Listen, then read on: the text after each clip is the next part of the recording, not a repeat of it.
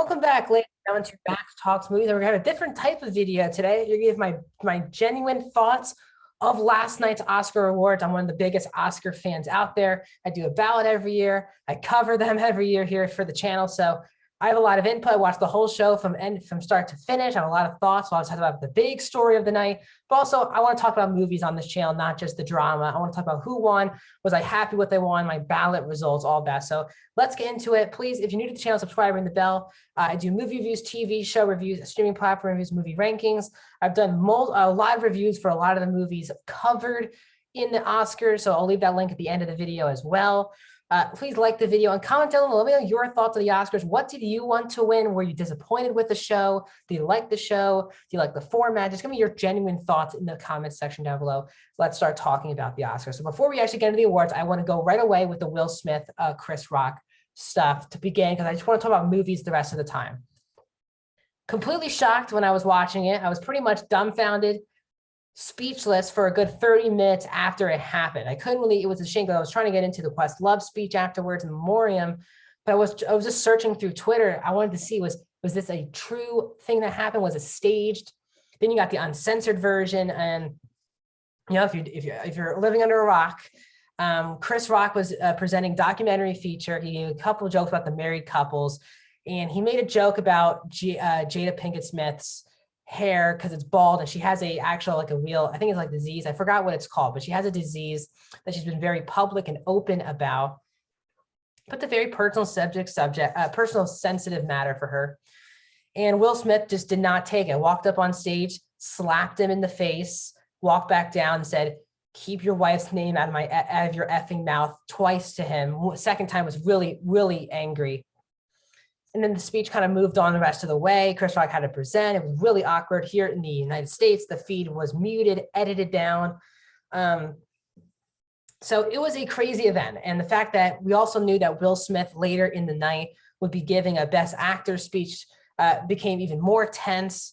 He did not apologize to Chris Rock, but he did make one of the better Oscar speeches I've seen in the past couple of years. But overall, I think everyone's kind of at fault here. I think the joke made about Jada Pinkett Smith should have been never even told, especially on air in front of millions of people, including her peers who were in the building. But I also think violence and that type of stuff isn't the right way. I thought Will could have easily, I mean, Will's actually, everything that Will did like on paper is good, stepping up for his wife, and if that really affected her, he should definitely stand up for that. But I don't think slapping him in front of everyone was the best idea. So overall, that's what I think of that. I think everyone's kind of at fault. I think Will should have never hit him on stage. He could have just talked to him afterwards or anything like that. But I also don't think the joke should have ever been said. So we move on from the biggest talked about things right now in the world. So it's a big deal. But I'm here to talk about movies. And I also want to start by saying I've done Oscar ballots for the last 8 years since I was 12 years old. And this is the first time I've ever had a perfect Oscar ballot. Really proud of myself. I was really nervous because I thought this was a bit too many slam dunk picks. I thought there would be some upsets. But I actually, no joke, I did the Oscar ballot the morning of yesterday, Sunday morning, put it in, took a picture of it to make sure, put it in my ESPN links, put it in Gold Derby. It's everywhere. So there's proof I did a perfect bracket. I did 23 for 23 for the first time in my life. So I'm happy about that. Let's get to some of the big awards. I'm not really familiar with documentary short, live action short, animated short. Let's get into some of the big ones that I thought was, Dune won the most Oscars. It won 6 Oscars. I also want to get to that part of the Oscars as well.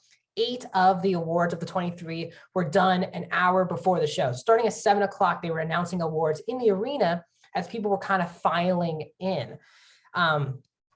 And Dune took most of those. Dune had wins in visual effects, sound, production design, editing, cinematography, and score.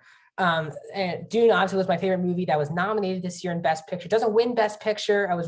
It's a travesty that Denis Villeneuve did not win the Best Picture. I have a review for Dune here on the channel.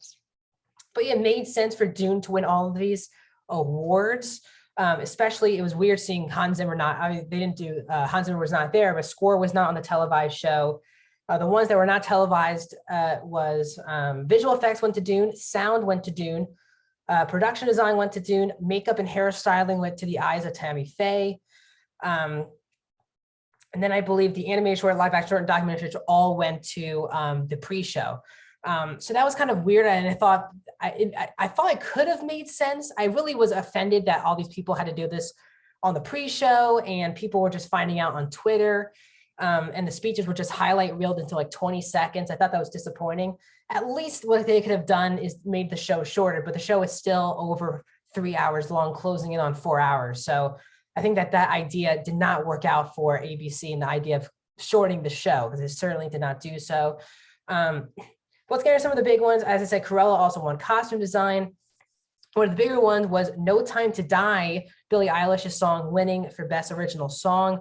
She was in a battle with Lin-Manuel Miranda's Dos Oruguitas from Encanto, Be Alive from King Richard. I think were the three kind of favorites of Beyonce. Lin-Manuel Miranda was not at the award show due to his wife having COVID, but he could have won, and he got last night, but it did go to Billie Eilish for No Time to Die, as normally these Bond songs win. For the recent years, Sam Smith and Adele as well, so good win for there.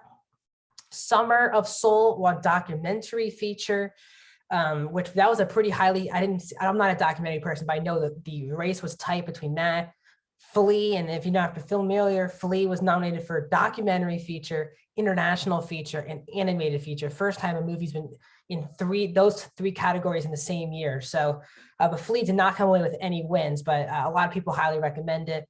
The Summer of Soul giving Questlove his first Oscar. Animated feature was predictable. Encanto wins, even though if you know this, has been with me for a while, you know that The Mitchells versus the Machines was my favorite animated film last year. Really tugged the heartstrings, was in my top 5 of the year last year. I thought Luca was good. It was like okay to good, nothing great. Obviously Flea and Raya, but everyone knew Encanto really blew up, and Encanto got the win. Drive My Car won international. Not shocking, because it also got a Best Picture nom and a Director nomination. So that in an adapted screenplay, so it was going to win, but obviously The Worst Person in the World also got a screenplay nom, so maybe that would be the upset. Flea was also in there, but it was Drive My Car. As we can progress, the screenplay the winners, Sian Heder for Coda, her first nomination and win. In adapted, beating Drive My Car, Dune, The Lost Daughter, Power of the Dog. It was really a 3-person race. Coda, Maggie Gyllenhaal was getting some wins on the circuit for Lost Daughter, and Power of the Dog was in third, but Coda ended up winning. And once Coda won screenplay, I was like, Coda's definitely now going to win picture. Original screenplay went to Belfast, defeating Don't Look Up, King Richard, Licorice Pizza, and The Worst Person in the World. So Kenneth Branagh wins his first Oscar. He's been around for so many years and decades, but finally gets his first ever Academy Award. I did not see Belfast, but I've heard good things, and he's been in this industry for a while, so definitely deserves this recognition, and he got it. Let's go into director. Not shocking, probably the most predictable one of the night, Jane Campion winning Best Director. Obviously, that category for me is more about Denis Villeneuve not getting in than Jane Campion winning. Well-directed film. I actually watched West Side Story for the first time on Saturday to get prepared for the Oscars. Loved West Side Story, so I was kind of rooting for Spielberg, but I knew Campion would win. And I have a review of Power of the Dog here on the channel. Let's go to the acting now. Ariana DeBose winning for actress in a supporting role. Not a shocker there. Again, I watched that movie Saturday and Sunday, and she was by far and away the clear winner for this category, possibly outdoing Rita Moreno 60 years later. Their chemistry, it's a really iconic performance that she even made just as iconic as Rita Moreno, and the first Afro-Latina queer to ever win an Oscar. So big news for her, setting up her future here in Hollywood. Troy Kotsur becomes the first first male deaf actor to win an Oscar after his compatriot, Marlee Matlin, won all those years ago. But Kotsur winning for Best Supporting Actor, gave a really great speech. The acting awards were kind of predictable. The one that was up in the air was actress in a leading role, but ended up going to Jessica Chastain for The Eyes of Tammy Faye. This has been a category that's been bounced around all season. It really started off where it was like, felt like before the award season started, everyone was kind of making Kristen Stewart the favorite. Then out of nowhere, the Globes and a couple other award shows were giving it to Nicole Kidman. You're like, oh, is Nicole Kidman going to win? But the last couple weeks, SAG, BAFTA, all these types of awards have given it to Chastain, and she ends up winning her first Oscar as well.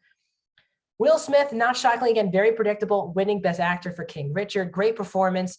Definitely maybe his best of his career. But again, I still believe Andrew Garfield should have won for Tick, Tick, Boom. But that movie did not get a love from the Oscars. It only had 2 nominations, him and editing. Great year, though. Denzel was great in Macbeth. Javier Bardem, I reviewed all 5 of those movies in acting for Best Actor on this channel already. And Best Picture went to Coda. So very happy with Coda. I thought it was a great year for movies. And a lot of people are complaining every year. Someone's going to complain about Best Picture because there's 10 movies and they're picking 1 out of 10 movies. And was Coda my favorite of the 10 movies? No, I liked Dune. I liked King Richard more. But Coda was in my top 10 of the year last year. So was West Side Story. 4 of these 10 movies were in my top 10 of the year last year.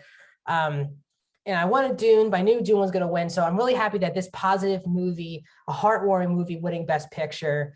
And it's funny now that Apple TV is actually the first streaming service to ever win Best Picture, not Netflix. Even though Netflix had multiple opportunities with Roma, Mank, The Irishman, and this year, Power of the Dog, none of them winning Best Picture, getting tons of nominations, but not a lot of wins. And Coda, out of nowhere this season, coming in, winning Best Picture for Apple TV+. So that's my thoughts on the Oscars this past season. I thought it was a fun enough night. I didn't think it was a great show. I found some of the bits to be a bit annoying. The show does go on for too long. And even with getting those out, they put in a lot of bits, a lot of reunions. Speeches were very long. So I'm hoping for more tighter shows. But overall, the right people won for the most part, I would say. I'm not really that passionate about anyone losing in this year. So happy about the Oscars. You can find my other reviews of the 2021 films. Click that right above. I have reviews of Coda, Dune, King Richard, Power of the Dog, Tragedy of Macbeth, Being the Ricardos, tons of reviews. So please, A Lost Daughter. Click that link right above. I'll see you guys soon.